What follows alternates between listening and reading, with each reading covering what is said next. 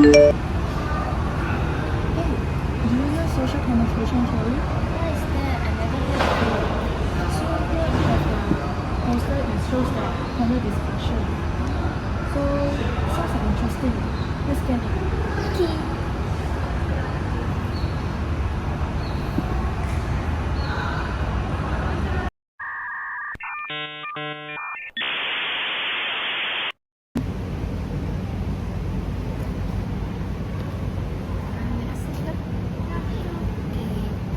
What's your name?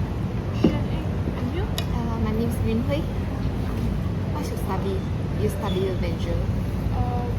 National communication. Me too. What's your semester? Semester 2. Same? Why I didn't saw you before? Maybe different class. I think so. Yeah. 1 week later. Actually, I feel a lot of pressure with assignment lately. That's okay. Talk to me. Actually, too much assignment and I think I not have time. Do you know what is this situation? This situation can actually be explained using social penetration theory. Let's take a look at the details.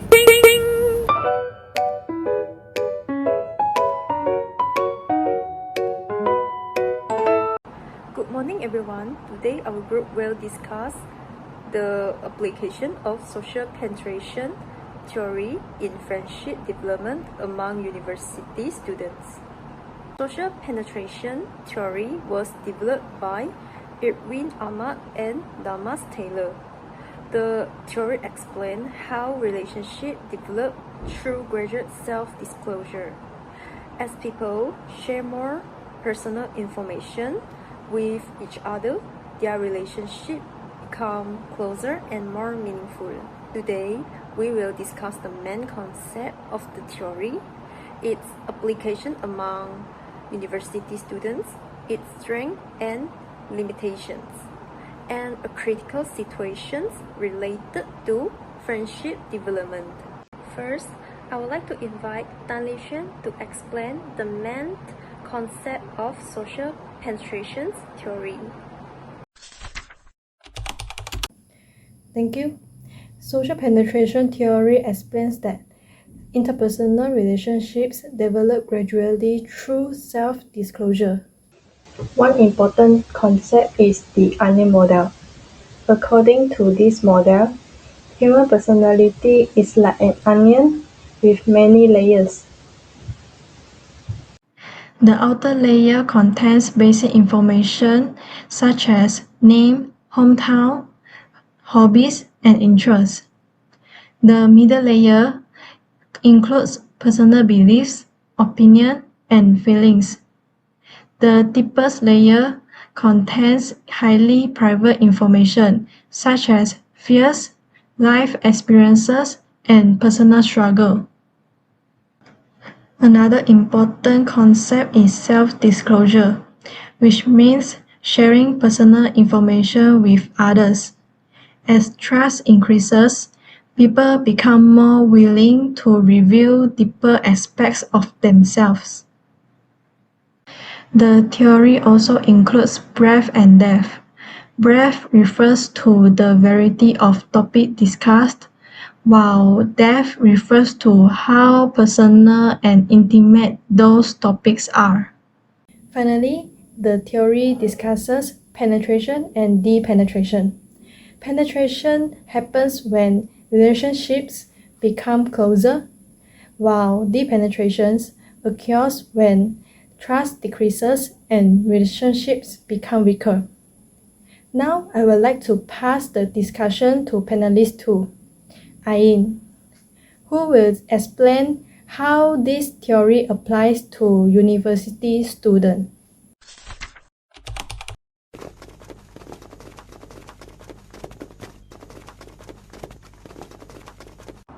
Firstly, during orientation week, students usually start with simple conversation such as introducing their names, hometowns, courses, and hobbies. They avoid very personal topics at first and focus on finding common interests. Secondly, group assignments encourage students to communicate and work together regularly. This is because through discussion and teamwork, students begin sharing study habits, personal experiences, future goals, and challenges during studies.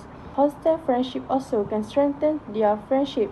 This is because students living in hostel interact daily, which creates strong opportunities for friendship development.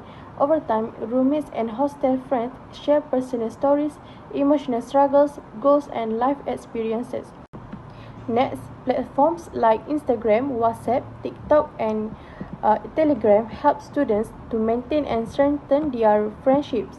For example, students start with casual interaction such as messaging or reacting the stories before sharing more personal information, thoughts like feelings and daily experiences. Lastly is classroom communication.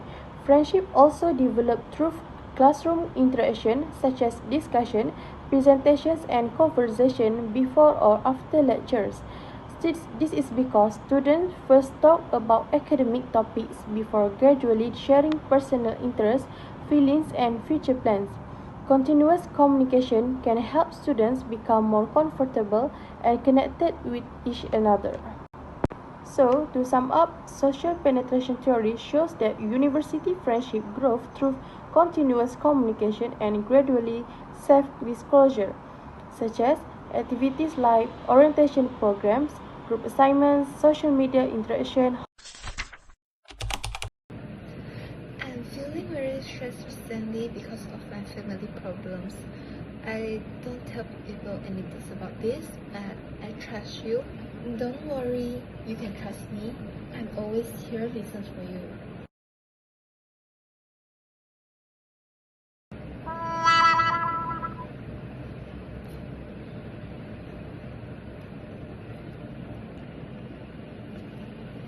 This situation can be explained using social penetration theory.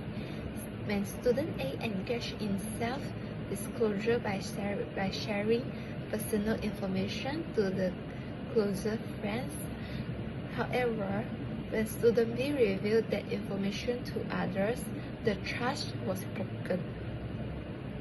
As a result, the penetration occurs. Student A may stop sharing personal information and become emotionally distant. And this was shown that trust is essential in maintaining close relationships. Next, Shannon will discuss the strengths and limitations of this theory. Thank you. Now I share strength.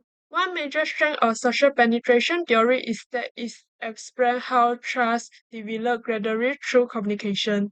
The theory also helps us understand how emotional closeness is created through self-disclosure.